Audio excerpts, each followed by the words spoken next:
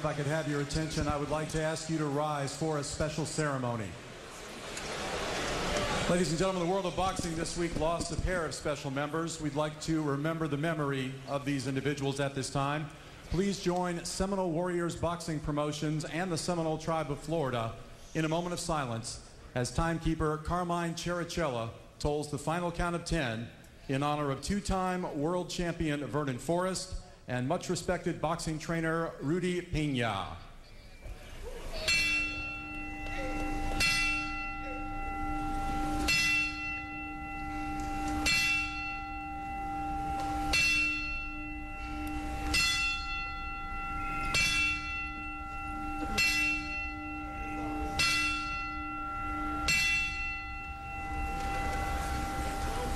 May their souls rest in peace. Thank you very much, ladies and gentlemen.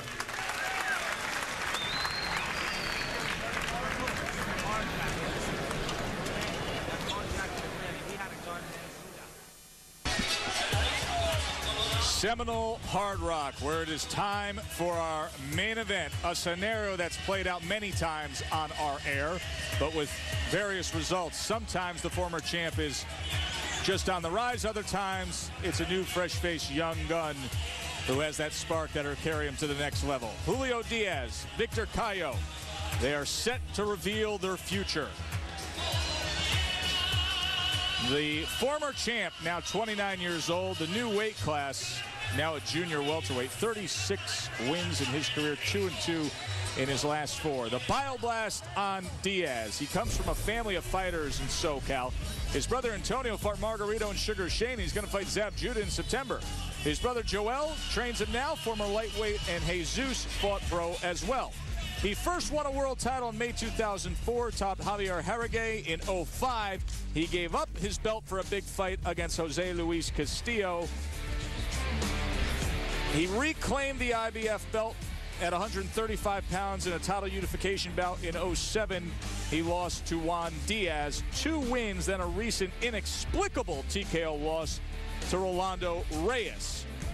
And here's what happened on April 4th. He was supposed to fight Joel Casamayor, but Casamayor pulled out with an injury, so instead he went forward and took on Reyes. He got caught in the 5th, a TKO stoppage later, and it makes tonight a must-win. Tonight you guys will see where I'm headed, and that's the reason I took on an opponent like this. You know, you've seen all my previous defeats. I always come back and take against quality opposition. You know, most of all to prove to myself and to the people that I do belong here. You know, and then I'm not wasting nobody's time.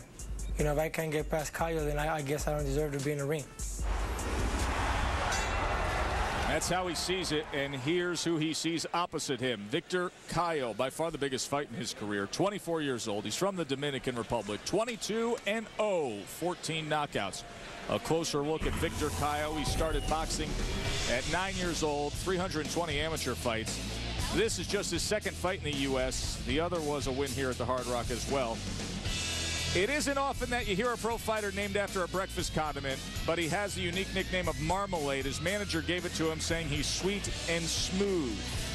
Diaz, a big step up in competition. Most of his opponents have been mid-level guys he's faced in the Caribbean. In order to beat him, I have to counter-attack him, wait for him to throw his punches, make mistakes, and then counter-attack and land my punches. And to get you set, Teddy Atlas offers up the fight plan, sponsored by AutoZone.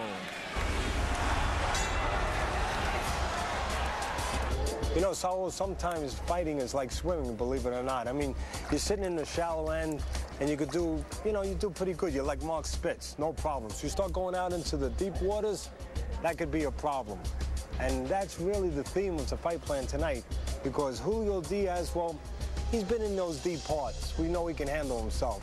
But the undefeated 22-0 Cayo, he has never been out there. He's been splashing around, having a lot of fun in the wading pool, but he has not been out in the ocean. What do you say we go find out how he's going to do in the ocean? Let's go do it. All right, the ocean. This is going to tell everything. Who's going to be Driftwood? Who's going to be the winner? All right, Cayo. That's going to be Saul. I'm going to be Diaz.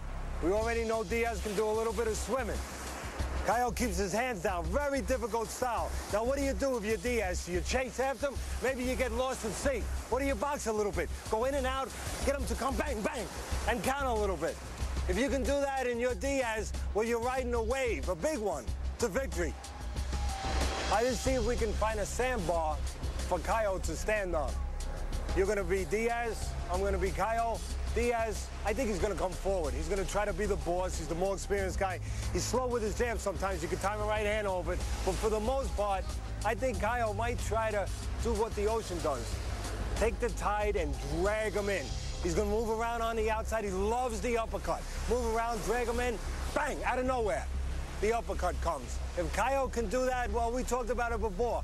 He'll be splashing around, not in the shallow end, in the deep end, with a nice smile on his face, because they have a nice W. And there are the youngsters you saw before who were helping out with the fight plan. The Palm Beach County Sheriff's Office PAL boxing team. Glad to have him here at Friday Night Fights. Julio Diaz, the former champ. Such an important fight at this stage of his career.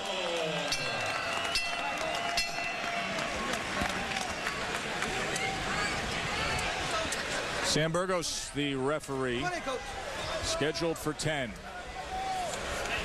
Okay, guys, remember, we're in instructions in the back. Obey my command, protect yourself at all times. Feel it's good? It's good? Questions? ¿Alguna pregunta aquí? Let's touch him up, come out of the bell. Touch him up. The Tecate ring experience and a big edge for Julio Diaz. Of course, among those 41 fights and 11 years, he's been in against some of the very best. Won titles against Javier Jauregui.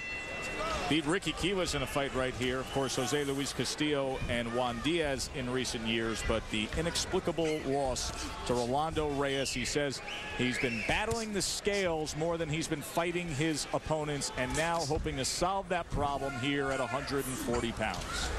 Diaz has been knocked out in 2 of his last 4, and 4 of Diaz's 5 losses have come by knockout.